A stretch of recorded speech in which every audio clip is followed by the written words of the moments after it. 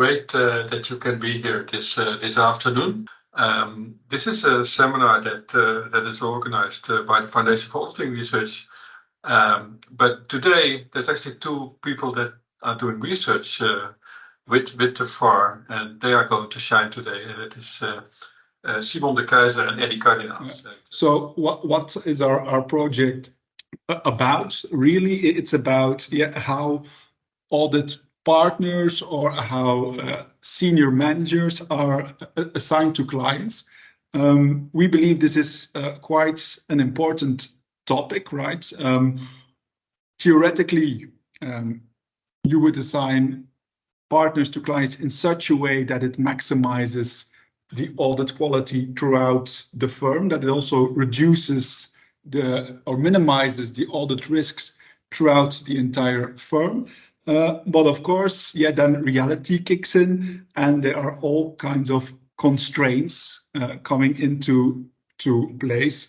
There are also personal incentives from, for instance, audit partners that could have to do with work-life balance, that could have to do with some career incentives, wishes to specialize in certain industries.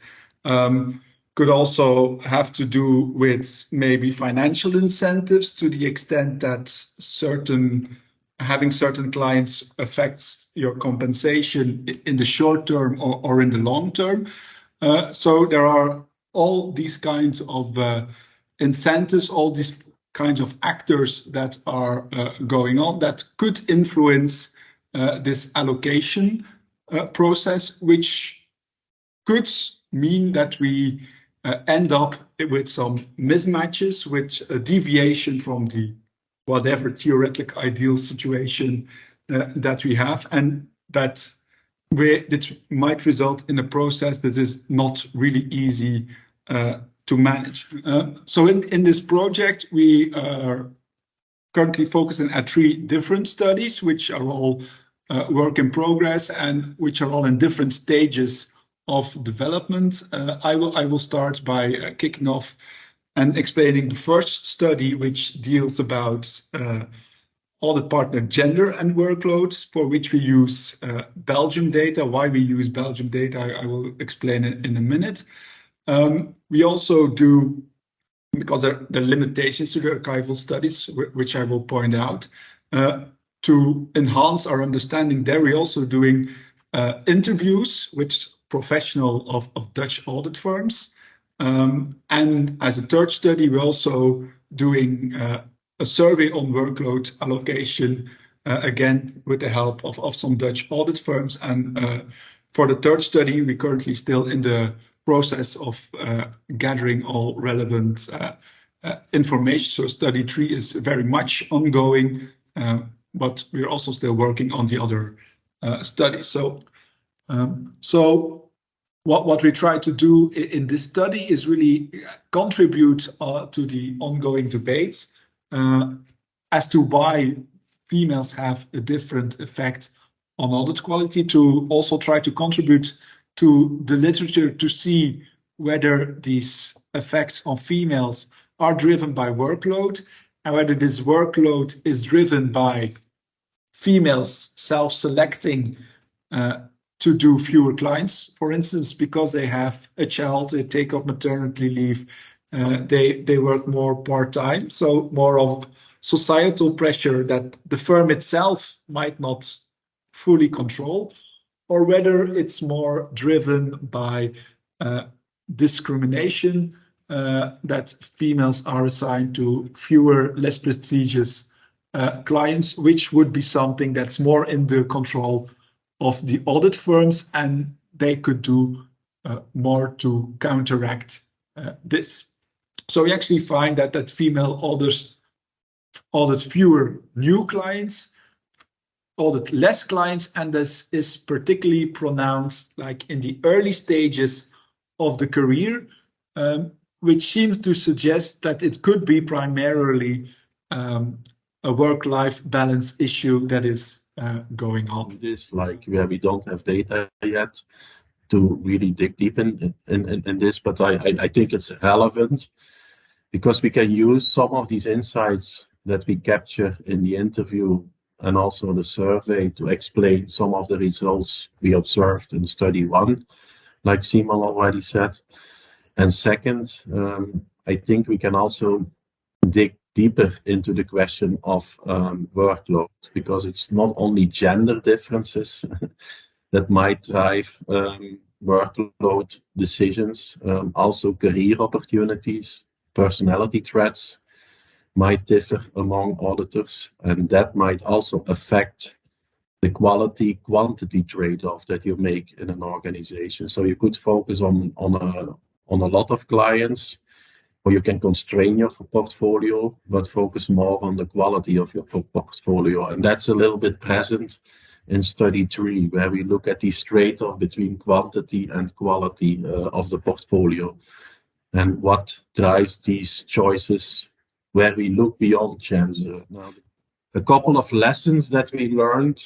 One lesson, which was an eye-opener indeed, was like this quality-quantity trade-off. Firms are much more busy with that these days. The last couple of years, especially the more senior auditors, really had a big overview of what happened in the firm the last 20 years. What we did notice is that audit fees are still important. If you ask, well, what is your workload? Most auditors would say, yeah, workload. I don't know exactly the number of clients, but I manage this amount of audit fees. So he or she would say, like, I manage for 1 million of audit fees, 2 million of audit fees. So it suggests still quantity and the revenues that you bring into the company are important, because the first thing they think about is, well, how much audit fees am I managing? But second, that was also admitted that the last 5-6 years, much more focus is on quality. So we should put limits on what an auditor does in terms of total audit fee. It cannot be too big, because then we need to look into the portfolio, saying, well, is this manageable? Can he still deliver audit quality? Once you do this amount of audit fees, risks are also mentioned. We don't want to have all the riskier clients with one partner. Of course, more senior people might have to deal with more riskier clients, but we also monitor the risk. Profit sharing plans are also introduced to avoid that that one partner takes all and the other one have less. So these things become much more important over the years when talking about workload. So the quantity-quality trade-off, something that's actually also present in study 1. Females do less in terms of quantity, but they might do more or focus more on the quality of their audits. Second thing that we looked at was this career development and workload. You might think, well, audit offices look at who is available and who has capacity to do the audit. Well, yes, to a certain extent, audit firms do that. Which person is specialized in which discipline, which person has capacity.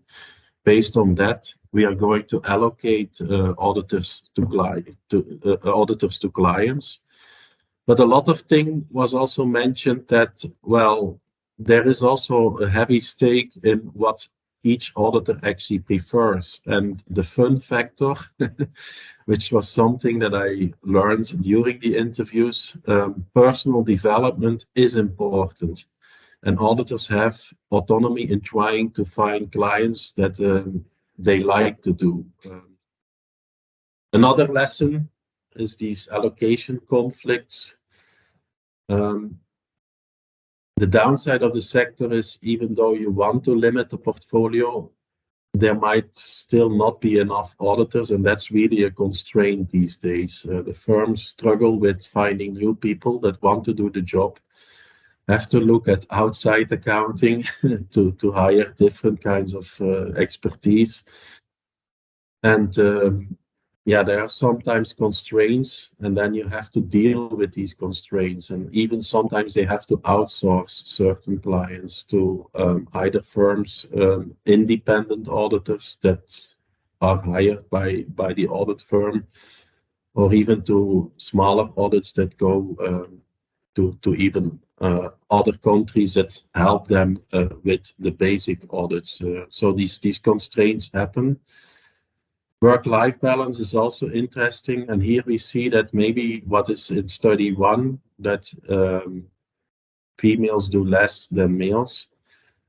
Yeah, firms are heavily aware of this. They know that females, they want to close this gap because the top is still male dominated. They are really focusing on these diversity programs, but there is still a large gender gap. And one of the interviews also said it's not easy to solve because you do have these busy periods.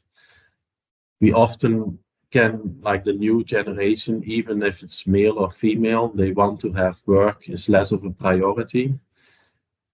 But still, it's hard to accommodate some of these requests, like a 4-day working week, or I want to have Wednesday off to watch the children. Well, firms try to encourage that, also try to accommodate that.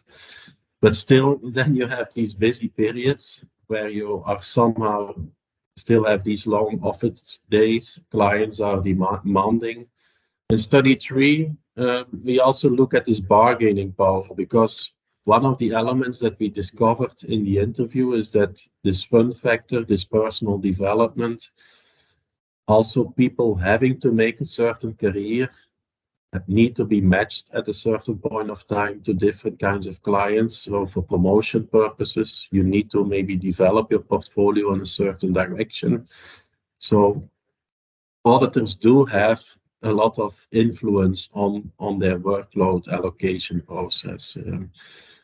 So they might negotiate with a senior partner saying like, yeah, for my promotion, I really want to emphasize in this sector. And so workload can be influenced. I think this is somewhat, the overarching sheet. So we might conclude with the sheet.